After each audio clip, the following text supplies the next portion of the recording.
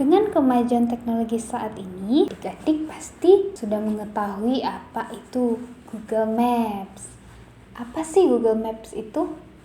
Bagaimana sih penggunaannya?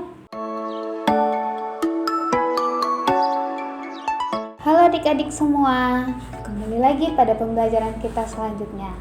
Hari ini kita akan melanjutkan pembelajaran kita mengenai pemahaman lokasi melalui peta. Pada saat ini kita sudah akrab dengan yang namanya Google Maps. Nah, apa sih Google Maps itu? Nah, mari kita bahas satu persatu. Maps atau peta adalah gambaran umum atau secara konvensional permukaan bumi pada bidang datar yang diperkecil dengan skala tertentu dan dilengkapi dengan tulisan serta simbol sebagai keterangan.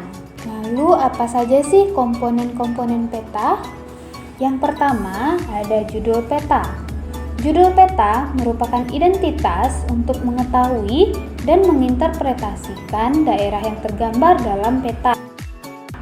Yang kedua, skala peta. Skala peta merupakan perbandingan jarak pada peta dengan jarak sebenarnya. Skala ini dibagi dua, yaitu skala numerik dan skala grafis. Skala numerik merupakan skala yang dinyatakan dengan angka pecahan seperti 1/100.000.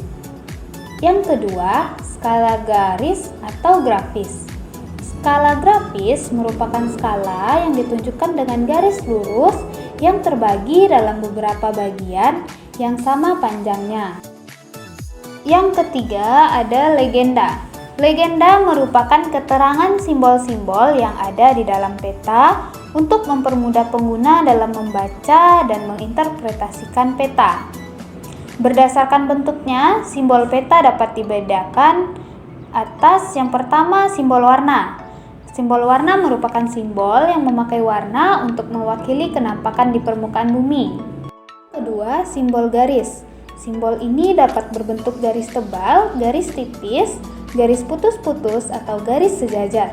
Simbol ini biasanya untuk menggambarkan kenampakan geografis seperti batas administrasi, jalan raya, jalan kereta api, dan sungai. Ketiga, yaitu simbol titik. Simbol ini menyatakan letak kota, ibu kota, bandar udara, gunung atau pelabuhan. Simbol ini dapat berupa lingkaran, bujur sangkar, segitiga, dan lainnya. Selanjutnya, simbol luasan area. Simbol ini digunakan untuk menggambarkan unsur-unsur yang memiliki luas atau bidang, seperti rawa, daerah pertanian, daerah perkebunan, serta hutan. Selanjutnya, simbol batang. Simbol yang digunakan untuk menyatakan perbandingan kuantitas suatu fenomena dalam bentuk batang atau grafik. Selanjutnya, orientasi. Orientasi merupakan arah mata angin yang menunjukkan arah utara, barat, selatan, dan timur pada daerah yang digambar. Selanjutnya, inset peta. Inset merupakan peta kecil yang disisipkan pada peta utama yang gunanya untuk menunjukkan suatu objek peta yang ada pada peta utama. Selanjutnya ada garis koordinator. Garis ini merupakan garis khayal pada peta berupa koordinat peta dalam bentuk garis lintang dan garis bujur.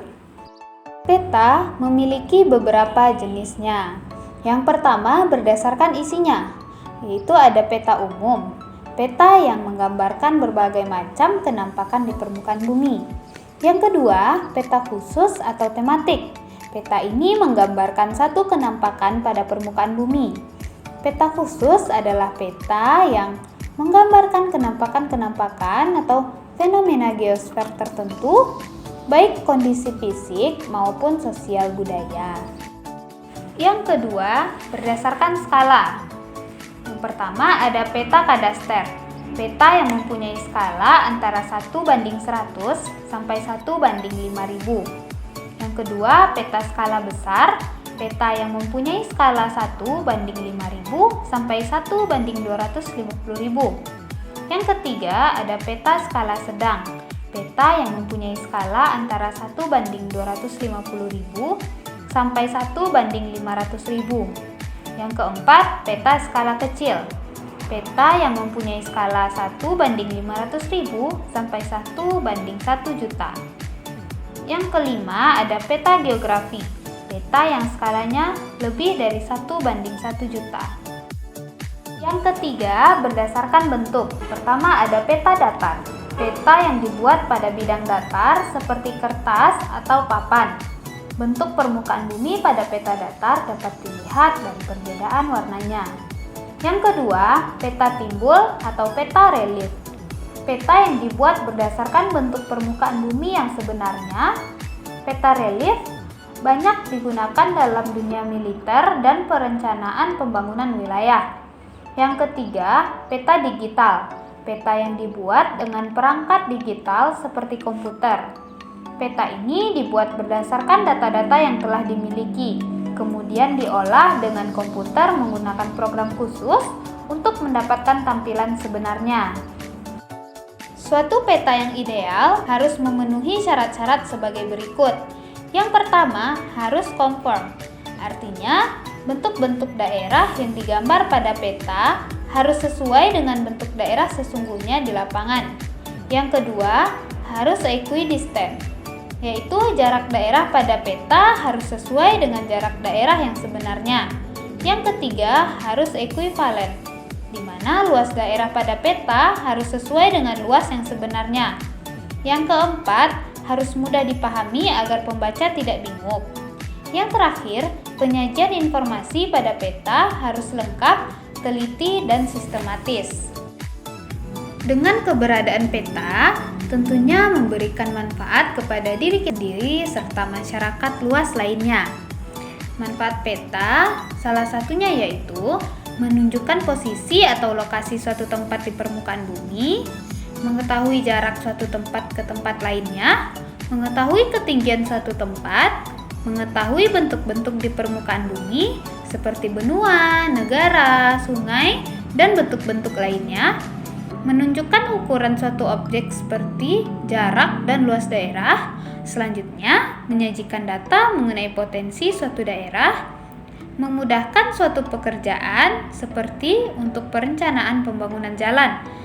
Selanjutnya, memudahkan menemukan alamat tujuan. Nah, adik-adik sudah paham kan mengenai materi yang kita bahas pada kali ini, yaitu mengenai pemahaman lokasi melalui peta. Semoga apa yang sudah kita pelajari hari ini dapat bermanfaat bagi kita semua. Sampai jumpa pada pembelajaran kita selanjutnya.